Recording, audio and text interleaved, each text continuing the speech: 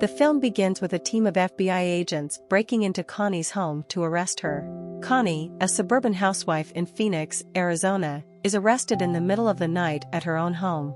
She remembers how this all started months ago as she gives up without a fight. Connie is a 3-time Olympic gold medalist in racewalking. But this isn't the kind of thing that makes you rich or famous. Today I will show you Queenpins, a 2021 comedy film. Spoilers ahead, watch out and take care.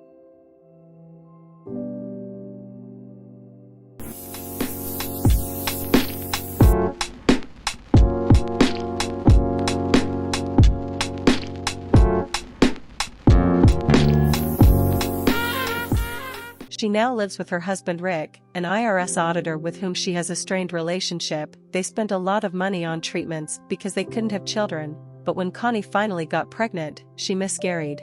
That's when Rick decided to take a traveling position at work, allowing him to spend 3 weeks away every month. When he gets home, he doesn't treat Connie well, constantly reminding her that she's unemployed, that they lost money because she wanted to do multiple treatments when he was ready to give up after the first one, and chastises her for spending too much money on her coupon obsession. That bit about an obsession is true.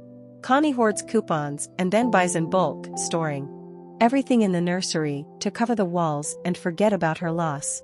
Connie has the opportunity to befriend her neighbor Jojo, who has a YouTube channel about saving tips and is also a coupon addict. As a result of Rick's absence, she lives with her mother, Josie, and is having difficulty finding work because her identity was recently stolen. In her spare time, she flirts with the mailman Earl and sells makeup door to door, neither of which is going well.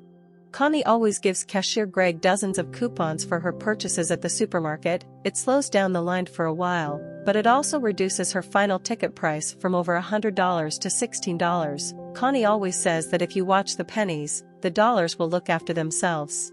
She gets upset one afternoon while putting the groceries on the shelves when she sees the baby wallpaper among the boxes, so she eats a bunch of cereal as if it will cure her depression. Connie sends a complaint email to the cereal company after discovering that the cereal is stale. Connie receives a coupon for free cereal in the mail a few days later, along with a letter from the company apologizing for the stale product.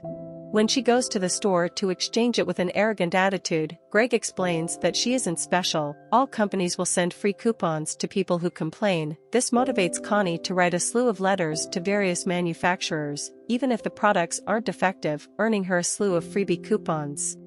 Connie shows them to Jojo, who is amazed by the strategy and even tries to buy a coupon from Connie because it is still cheaper than the actual price. Her offer convinces Connie that selling items she received for free would result in a 100% profit and a profitable business, and claimed that she had earned $20 from nothing. She suggested that they could earn more if they sold these coupons to people for half the price. They simply needed a large number of free coupons.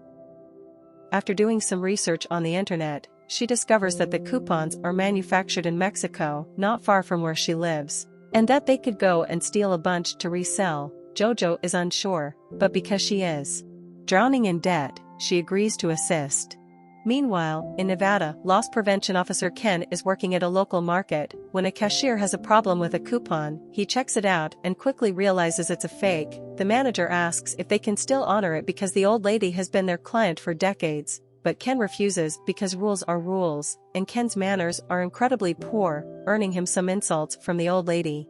A similar situation happens later. When he boards a plane to return home, a mother requests that he switch seats with her daughter so she can watch the landing to help her calm down. But Ken refuses like a twain, saying it's an important lesson for the child to learn. Ken yells at the television in frustration when he finally arrives at his lonely apartment in Utah. Connie and Jojo arrive in Mexico the next day and observe the employees finish their shifts at the coupon factory. They decide to approach Alejandro and Rosa, a couple who is already breaking the rules but does not appear to be in any danger. The couple is followed by the duo in the car, and they believe they are about to be robbed, but after Connie and Jojo clarify that they are there to help, they are invited to Alejandro's house for a chat. Rosa is pregnant, and their salaries are a joke, so it's easy for Connie and Jojo to make their offer. If the couple steals coupons for them, they will resell them later in the United States and split the profits. Alejandro is unsure, but Rosa persuades him to do it for the sake of their child. Making a plan is simple. The factory is divided into 2 sections: printing, where Alejandro works, and redemption, where Rosa works. Neither side usually knows what the other is doing. Every coupon they print has an extra that is supposed to be destroyed, but Alejandro can ship those extras to Connie and Jojo when their trucks distribute coupons across the United States. There will be no issues at the border because they will only see a box with coupons and not any illegal activity. After receiving their first box of coupons, the duo creates a simple website to sell them and promotes it on Connie's channel. Their business quickly becomes a success, earning them a lot of money, but supermarkets soon notice. Ken receives a slew of letters and phone calls from managers lamenting the amount of money they're losing, so he launches a thorough investigation in the hopes of uncovering a credit card number hidden behind one of the many purchases made with these coupons. Ken visits the housewife who used the coupon after 11 days of work and learns about the website that sells them, which is promoted by a black woman on YouTube. When Ken returns to the office and opens the website, he observes the tagline, "If you watch the pennies, the dollars will look after themselves." Returning to the duo, they are dismayed to discover that their PayPal account has been frozen due to receiving too much money too quickly. To unfreeze it, they must prove that they are running a legitimate business. They don't know how to do it properly, so in fear, they contact Tina, a well-known dark web hacker. Tina scolds them for freely promoting this because it can all be traced back to them, so she deletes Jojo's videos and explains they need a front for their business so they can clean their money. They'll get a bunch of fake IDs, bank accounts, and a stash house to work in, and they'll have to wait 6 months before spending their money so that any connections they've made to their real names can fade away. Tina gives them a special encrypted USB stick to keep their important files, and after they agree, Tina will get 10% for her guidance. Tina's quick thinking ensured that no clues were left on the internet for Ken to follow. When Ken goes to the FBI, he is told that they will look into it, but they find a problem with coupons to be laughable, so they assign the case to their lowest desk worker, Albert. Albert accepts the case because he has nothing better to do. Utilizing Jojo's cosmetics brand as a cover and Tina's fake IDs, the coupon scam returns to profitability, while Ken leaves messages for the FBI on a daily basis. 6 months later, the duo is ready to spend their money, but Tina warned them that it was dirty, so they must first clean it. Connie decides, after recalling Rick's story about a client, that they need to buy a lot of expensive stuff to resell later, and the money from those sales will be seen as clean. Connie and Jojo go on an extremely expensive shopping trip after convincing all of the banks to give them the money in cash because it is for hiring people for their cosmetic business. They buy sports cars, boats, a private plane, and even guns. They then travel to Las Vegas to discuss their future plans. Jojo will pay her mother's mortgage, and Connie wants to try fertility treatment again. Meanwhile, Ken finally receives the call from the FBI that he has been anticipating. Albert informs him that he can't do anything on the internet because an expert has deleted all cookie trails, but because the coupons are being sent via regular mail, he'll send someone who can. Ken meets Simon, a postal inspector. 2 days later, Simon accepts the case and requests that Ken order some coupons from the website so that they can thoroughly examine the system. When the envelope arrives a few days later, Simon immediately notices that it says Kansas, but it actually comes from Arizona due to the special numbers on the online stamp. He'll be flying to Phoenix soon and agrees to bring Ken along because he knows all the supermarkets in the area. Back to Connie, she schedules an appointment at the fertility clinic and brings Jojo along for moral support because she hasn't told Rick yet.